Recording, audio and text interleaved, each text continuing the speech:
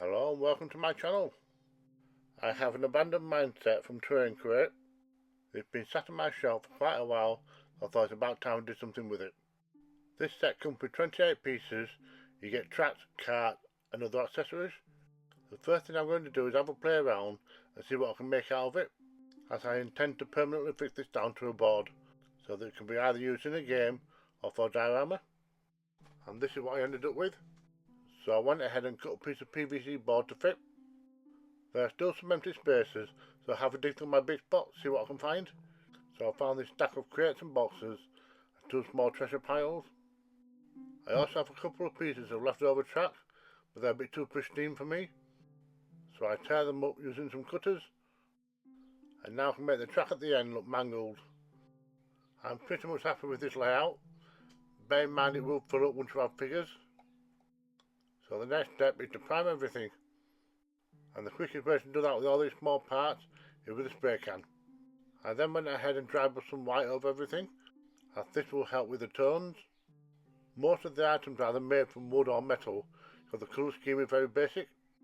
In addition to that, I also want things to look dank and dusty.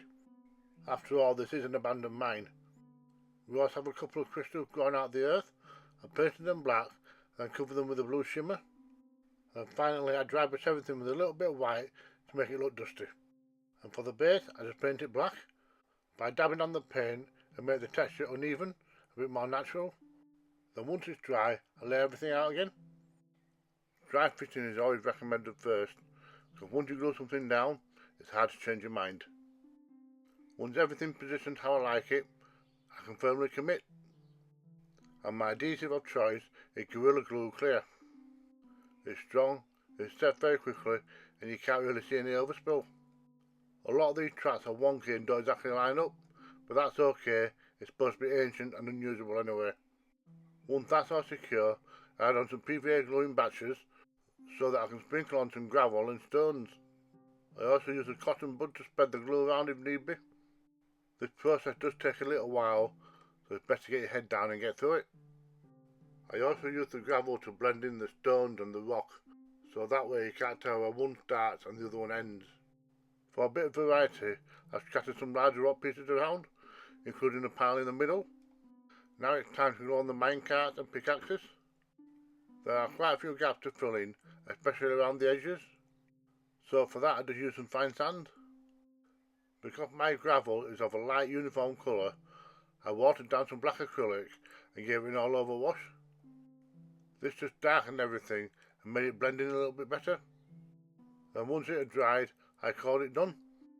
You can always take things further if you wish, by having stalagmites, rocks, pools of water, and so forth.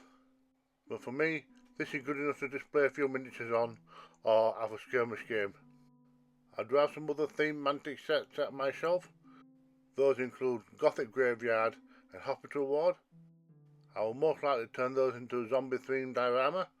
We'll wait and see.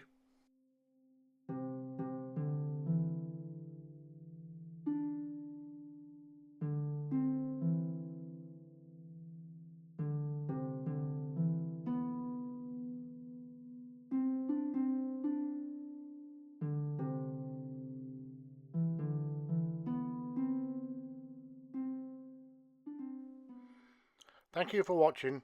Don't forget, if I can do it, so can you.